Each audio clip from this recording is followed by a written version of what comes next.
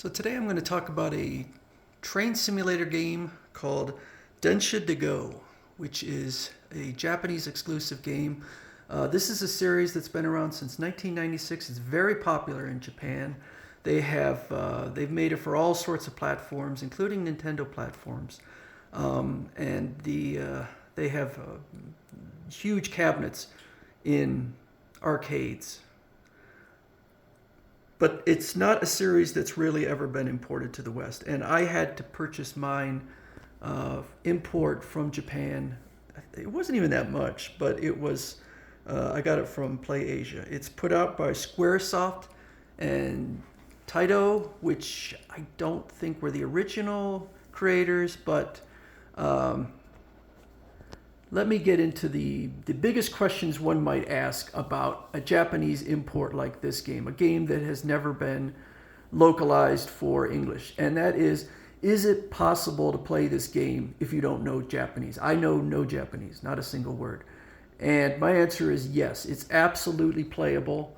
I have the screen paused at the very end of a run, and I had a particularly bad ending because I'm 7 meters over the finish and 4 seconds off, which is not that bad.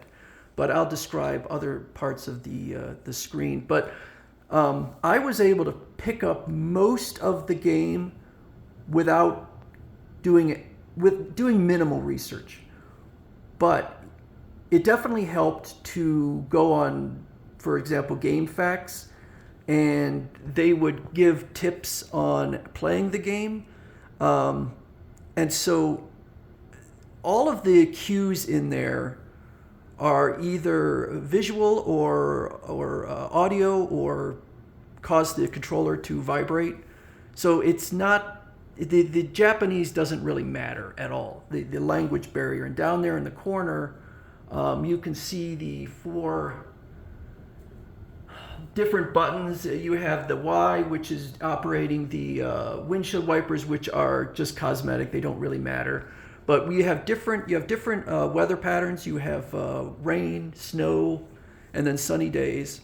Again, that one is irrelevant. But the A button is for sounding the whistle, and that definitely is important because you get hearts doing that at the right time. And I will admit that I was messing up for a long time.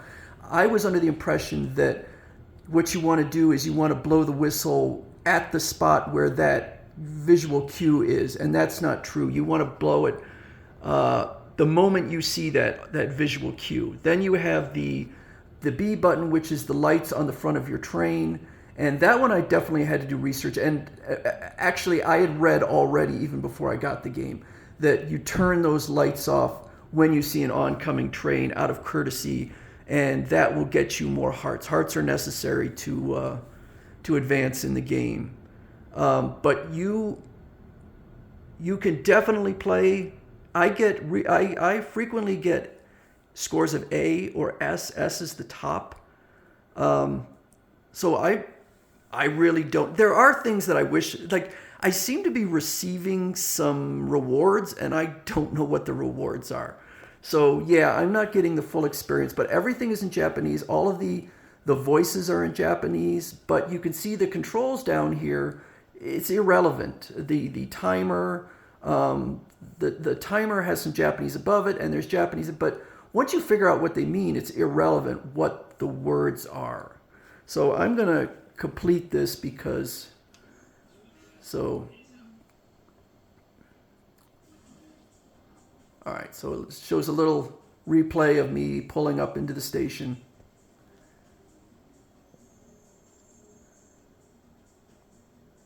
The graphics are really nice. This is based on a real train line in Japan. And I really like that. It is very nice. I just like the idea that I imagine I'm actually in Japan as a train driver. Now, so the next question I would say is, would this be fun for someone who's not a train enthusiast? For instance, someone might think, well, the only thing a train can do is accelerate and decelerate. So what's the fun? You maybe prefer a racing game where you can drive around. So I got a score of B, not one of my better scores. This game is fun, and I don't really care about trains. It's not something. I was sold on the idea that I'm in a real Japanese city. I mean, simulated. It's graphics, but it is supposedly designed to realistically simulate being a train driver. I think it's around Tokyo. I want to say that. And then, again, all the scores there, they have Japanese next to them. But I have seen websites where it goes through and it translates every page for you. And so if you really want to know what it's actually telling you, you can look it up. So I'm having a blast with this game. I've played a ton of it. There is a ton of content. And I mean, I think most people, or one of the rules of thumb is, can you get 40 hours of gameplay out of this? And I would bet you could get way more than 40. So here is all the, like each one of these. So this one here, there's 5 segments to the track. But I'll just show all the different. And so many of them I haven't even done yet. This is the first level, second level, and they do ramp up. They do get harder as you go along. I'm almost done with the game. I haven't quite finished yet. And so some of these show like a little, looks like a gift box, and I don't know what I'm getting from them. I'll be honest. And you can see there's a lot of them I haven't unlocked yet. I have not done them. I was kind of just plowing my way through the end. But even each one of these, if you go up to the top there, you could change the difficulty level. So there's blue, easiest, then orange, red, and purple. And so most of these, I've only done the first level. They're the easiest setting. So there is a ton of content. Different weather, different time of day. And you will do the tracks over and over again, the same tracks. But I'm fine with that.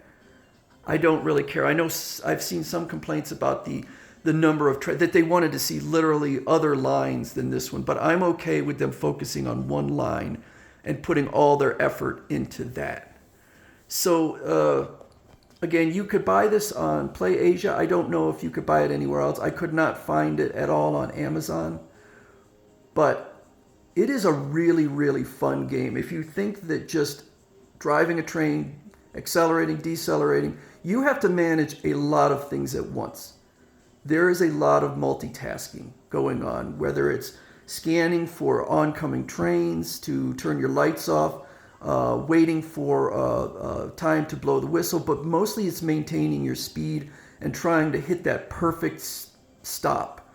And the perfect stop would be exactly 0.0 centimeters from the line at 0 seconds. And I have done each one of them, but I've never done both at one time. So, but it is rare for me to do 0.0 centimeters. I think maybe I've done it once or twice.